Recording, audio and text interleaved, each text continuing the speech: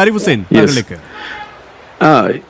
ഒരു കാര്യം പറയുമ്പോ അതെന്താന്ന് മനസ്സിലാക്കാതെ താൻ മനസ്സിലാക്കി വെച്ചിരിക്കുന്ന സംഗതിയാണ് ആത്യന്തികമായ സത്യമെന്ന ഒരു വിശ്വാസം, അത് ഇവിടെയുള്ള സാധാരണ വിശ്വാസികൾക്കെല്ലാം ഉള്ളതുപോലെ ഇദ്ദേഹത്തിനുണ്ട്. അത്ര എനിക്ക് പറയാനുള്ളൂ.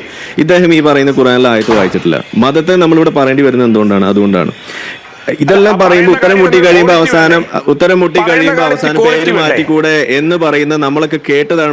മറുപടി അല്ലാതെ വേറെ ഒന്നും എടുക്കാനില്ല എന്റെ പൊന്ന് സുഹൃത്തെ.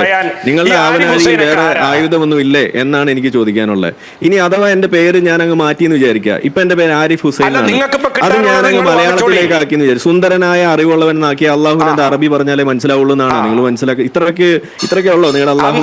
ഈ തരം വാദങ്ങളൊക്കെ ഒന്ന് മാറ്റി വെക്കും. നമ്മളിവിടെ പറഞ്ഞതിന് നിങ്ങൾക്ക് ഉത്തരം നിങ്ങൾ പറയും. നിങ്ങൾക്ക് ത്രാണിയുണ്ടോ?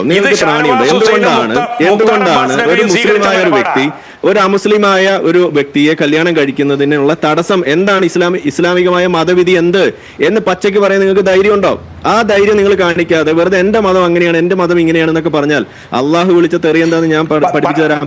മുഹമ്മദ് നബി വിളിച്ച തെറി എന്താന്ന് ഞാൻ പഠിപ്പിച്ചു തരാം. ഖലീഫമാര് വിളിച്ചിട്ടുള്ള തെറി എന്താന്ന് ഞാൻ പറഞ്ഞുതരാം. നിങ്ങൾക്ക് അത് അറിയില്ലെങ്കിൽ നിങ്ങൾക്ക് അത് അറിയില്ല, അത്രേ ഉള്ളൂ. അത് ഇല്ല എന്നും എന്റെ മതം എന്നെ അനുവദിക്കുന്നില്ല എന്ന് പറഞ്ഞിരിക്കരുത്. പച്ച തെറി വിളിച്ചിട്ടുള്ള ആളുകളാണ് ഈ പറയുന്നതൊക്കെ. ഒരു ഉദാഹരണം ഞാൻ പറഞ്ഞുതരാം. നല്ല അസൽ തെറി അള്ളാഹു തന്നെ വിളിച്ചിട്ടുണ്ട്, തന്തയില്ലാത്തവനെന്ന്. എന്നെ കൊണ്ട് അത് വിളിപ്പിക്കരുതെന്ന് എനിക്ക് പറയാനുള്ളൂ. Okay, yes. ശ്രീ ജലീൽ പുനലൂർ, നമുക്ക് ഈ ഒരു വിഷയത്തിന്റെ ആ ഒരു യെസ് ഈ വിഷയത്തിലേക്ക് നമുക്ക് വരാം. ഇവിടെ ആരിഫ് ഹുസൈൻ പറഞ്ഞതായാലും അബി ബാബു പറഞ്ഞത് കഴിഞ്ഞാലും നമുക്ക് ഒരു കാര്യമാണ്. കാരണം നമ്മളിവിടെ മനസ്സിലാക്കേണ്ടത്, ഇത്തരത്തിൽ സമൂഹത്തിൽ ഇങ്ങനെ ലവ് ജിഹാദിന്റെ പേരിൽ പെൺകുട്ടികൾ മരിക്കാനിടയാകുന്നു, അവരുടെ കുടുംബങ്ങൾ വേദനിക്കുന്ന ഒരു സാഹചര്യം ഉണ്ടാകുന്നു. ഈ സാഹചര്യങ്ങൾ ഒഴിവാക്കണമെന്നാണ്. അവിടെ ഒരു മതത്തെയും കുറ്റപ്പെടുത്തുന്നില്ല. പക്ഷേ ഒരു മതത്തിലെ ചില സംഘടനകൾ ഇത്തരത്തിലുള്ള ചെയ്തികളുമായി അധികം മുന്നോട്ട് വരുന്നു. ആ മുന്നോട്ട് വരുമ്പോൾ ചോദ്യം ചെയ്യേണ്ടത് ഒരു സമൂഹത്തിൽ ജീവിക്കുന്ന ഒരു വ്യക്തി എന്ന രീതിയിൽ, സംഘടനകൾ എന്ന രീതിയിൽ നമ്മുടെ ഓരോരുത്തരും ഉത്തരവാദിത്തമല്ലേ? അതാണ് ചോദ്യം. നോക്കൂ, നിങ്ങൾ ആ പറഞ്ഞ ആ വികാരത്തോട് പൂർണ്ണമായും ഉൾക്കൊള്ളുന്നവരാണ് ഞാനും കേരളത്തിലെ പൊതുസമൂഹവും.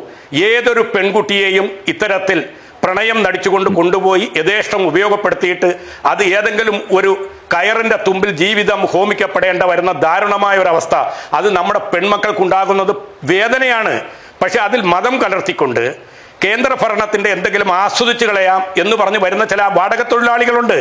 അത്തരം ആളുകളുടെ ഇരട്ടത്താപ്പും തുറന്നു കാട്ടാൻ ഇത്തരം വേദികൾ ഉപയോഗിക്കപ്പെടേണ്ടത് എന്റെ ഒരു ബാധ്യതയാണ്. ഞാൻ നിങ്ങളോടൊന്ന് ചോദിച്ചോളട്ടെ, ഈ പറയപ്പെടുന്ന പെൺകുട്ടി മാത്രമല്ലല്ലോ, ഈ കഴിഞ്ഞ മാസത്തിൽ ഖുറാനിലുള്ള സൂറത്ത് എഴുതിയതൊന്നും സംഘശാഖയിൽ ഇരുന്നിട്ടല്ല. നിങ്ങൾ അതിരുന്ന് വായിക്കൂ. അപ്പം ഇവിടെ പച്ചയ്ക്ക് നമ്മൾ പറയുന്നു, ഈ പറയുന്ന കത്തിൽ ഈ ആത്മഹത്യ കുറിപ്പിൽ എഴുതി വെച്ചിരിക്കുന്ന കാര്യങ്ങൾ ഇവിടെ പറയുന്നു. നിങ്ങൾക്ക് അതിനെ തൊടാൻ ധൈര്യമില്ല.